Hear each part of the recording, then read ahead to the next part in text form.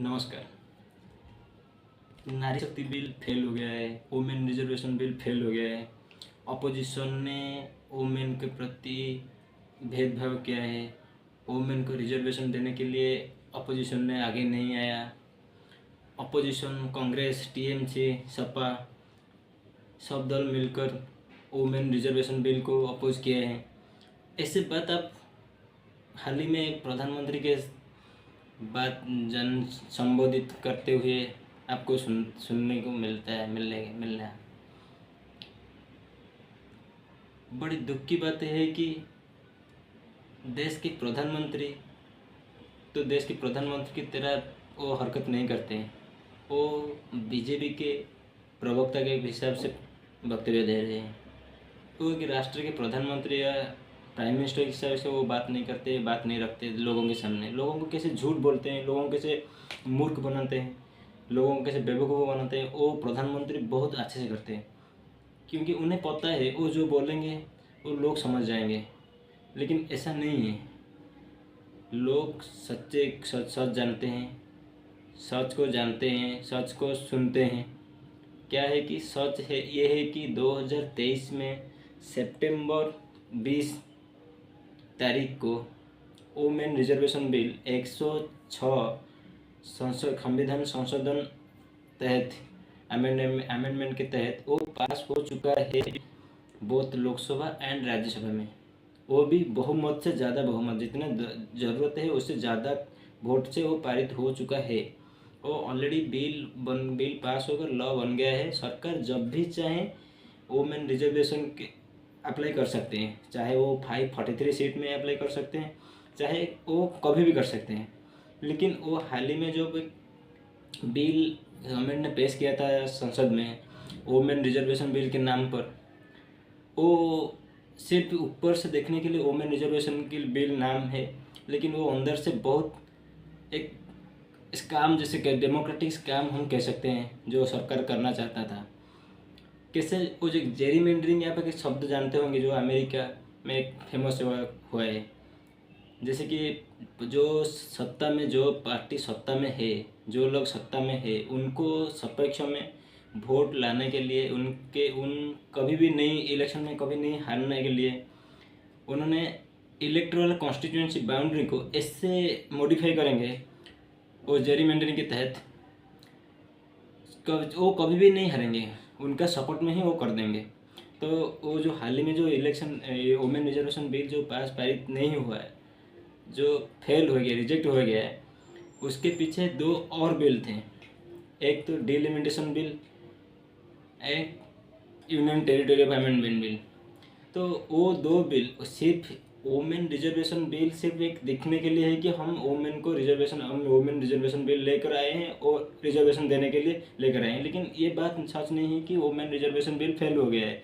Women reservation bill with 33% is already passed by the both houses of parliament, Lok Sabha and Rajya Sabha, with 2/3 majority more than necessary vote, and no one is against vote, no one is against nari shakti और reservation women. So why government is completely lying?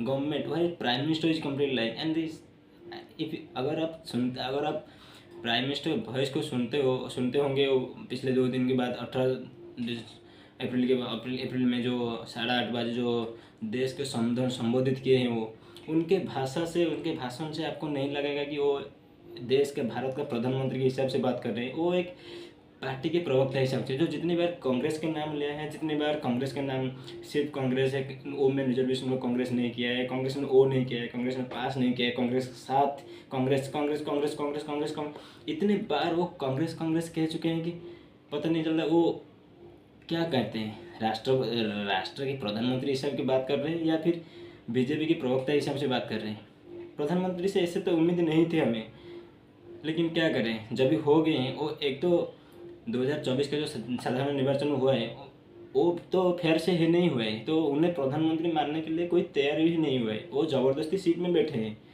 अगर fair में election हो जाता तो पता चल जाता कि नरेंद्र मोदी प्रधानमंत्री 2024 से नहीं है। वो अभी सिर्फ एक डेमोक्रेटिक प्रोसेस में इलेक्शन जीत गए तो वो बैठे हैं, सबको पता है। लेकिन क्या करें, उनको पता चल गया है कि अगले 2029 में जब साधारण निर्वाचन होगा तो वो सरकार में नहीं आएंगे।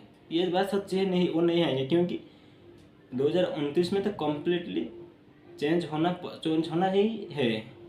ये भारत के सारे लोग जान चुके हैं, सारे यूथ, सारे यंग बॉयज, यंग गर्ल्स, सबको पता चल गया है कि ये हो सकता है।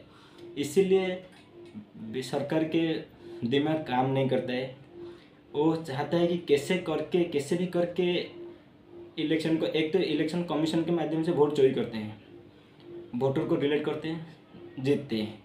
उसके बाद वो आते हैं कॉन्स्टिट्यूंसी की बाउंड्री को रीमोडिफाई करेंगे, जैसे कि खुद को ही बेनिफिट होगा। तो ये बात पॉसिबल नहीं है, क्योंकि हम संविधान कभी भी, सरकार को भी पता है ये नहीं हो सकता है, कभी भी नहीं हो सकता, इंडिया में नहीं हो सकता। इंडिया एक संविधानिक राष्ट्र है, जो कॉन्स्टिट्यूशन है, everyone is protected by the constitution, so it's not possible to be in power through a illegal way, although it is already happened, but time will come and it will also change, and it will also written in history in a black word like।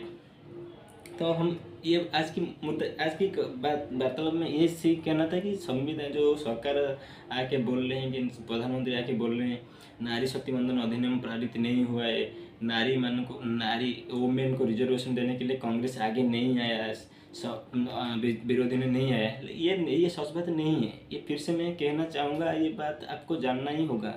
आप लोग प्रधानमंत्री के भाषण में मत जाइए, वो completely झूठ ही बोलते हैं, आपको पता होगा वो कम्प्लीटली झूठ ही बोलते हैं। क्योंकि 2023 में इलेक्शन से पहले ऑलरेडी नारी शक्ति वंदन अधिनियम के नाम पर वुमेन रिजर्वेशन बिल पारित हो चुका है राज्यसभा लोकसभा में।